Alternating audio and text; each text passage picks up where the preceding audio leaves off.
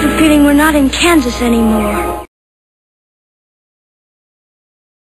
But Woodrow Wilson, I mean, I know he's a Democrat, but he's our most famous Jersey governor. What's it worth today?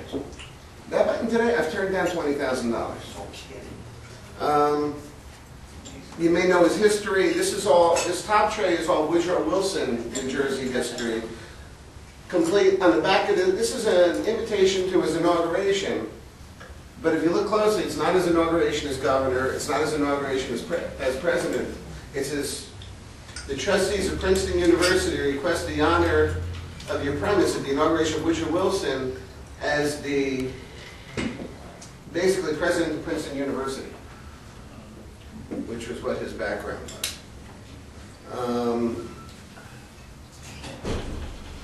When you talk about values, this stupid little ribbon here, Governor Woodrow Wilson Reception Committee, Los Angeles, May 12, 1911. He was like the governor in 1910. He was inaugurated in 1911. He was inaugurated in January and started running for president in 1912 already. That's the first Woodrow Wilson for president item. That ribbon from Los Angeles, and if anybody knows the history, Los Angeles was all Republican in those days. And that a Democrat would even consider going to Los Angeles was out of the question. Any other questions or? Are there any real big names that we would know who are collectors of political stuff that are well known in your field? Well, I can tell you one of the most well-known collectors, a guy who spent the rarest button, and that's one question that usually comes up. The rarest button was a button Cox and Roosevelt. People don't know Franklin Roosevelt ran for vice president with James Cox in 1920. If you get a button picturing the two of them, Cox for president, Roosevelt for vice president, the cheapest one goes for about $30,000.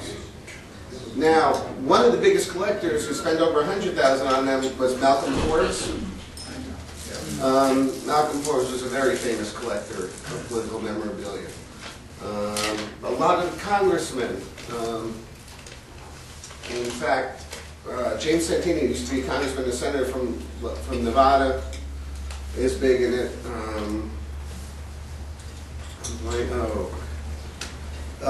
Hatfield. So he used to be Senator Mark Hatfield, former senator from Oregon, is a big collector. If you're looking for notable collectors nationwide.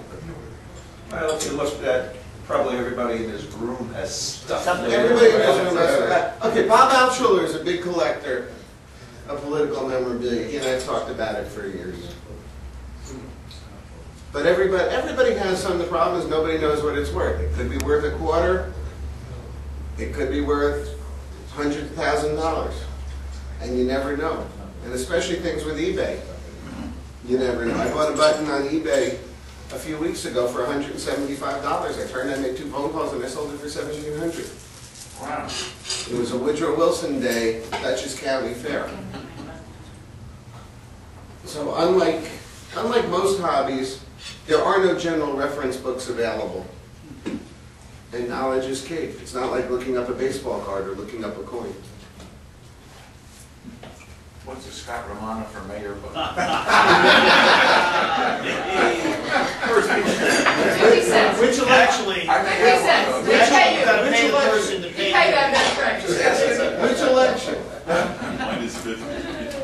Now, actually, the funny thing is, buttons are becoming a thing of the past because with the campaign finance laws, campaigns don't produce their own buttons anymore, and most of the buttons made these days are quasi-legitimate. But a real item made for a real political event, I'll give you for instance, for those of you involved in the county-wide, Harold Edwards had a Concerned Black Republicans button for George Bush and Colin Powell back at the 2000 Republican convention. That button sold for $300. Is it only buttons, or you collect other things? I had banners, posters, 3D items. You don't want to go near my basement. I have the Christy Whitman when she was considering running for the U.S. Senate banner.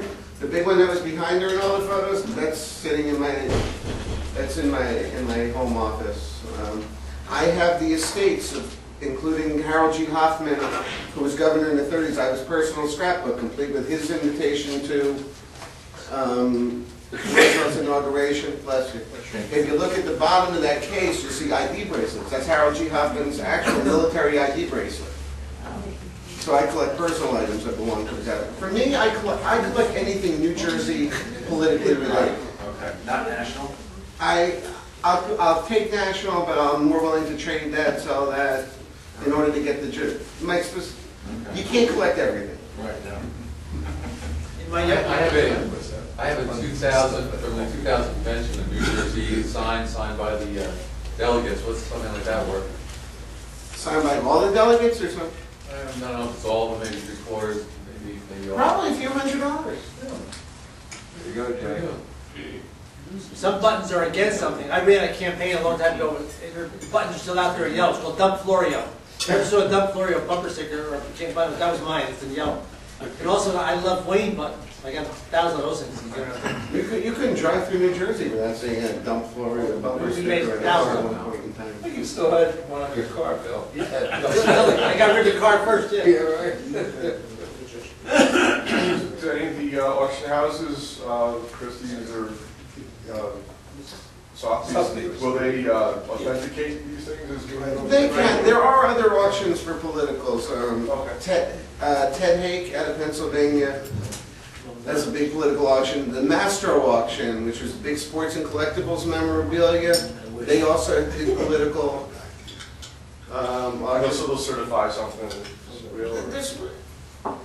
You know if something's real. The funny thing is, in 1974, Nixon signed what's called the Hobby Protection Act, which basically said anybody making any phony campaign items or any replicas or reproductions, it must be permanently marked, so as to know that it's not genuine.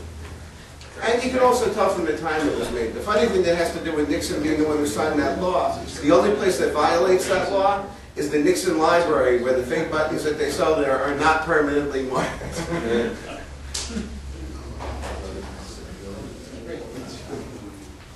Anybody else? Well, I had, for the 2000 election, I had some bilingual Arabic and English buttons made for Bush. They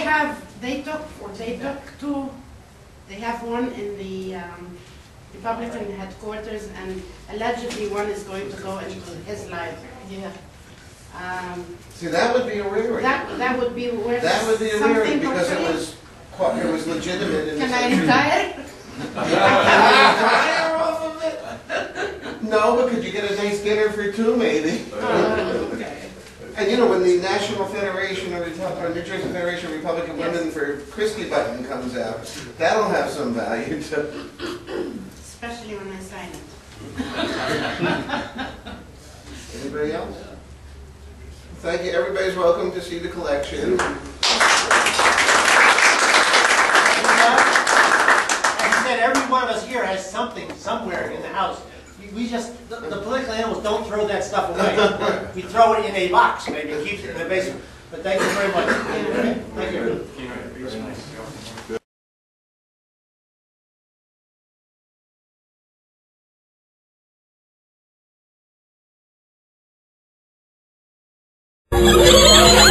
Aren't you forgetting the ruby slippers?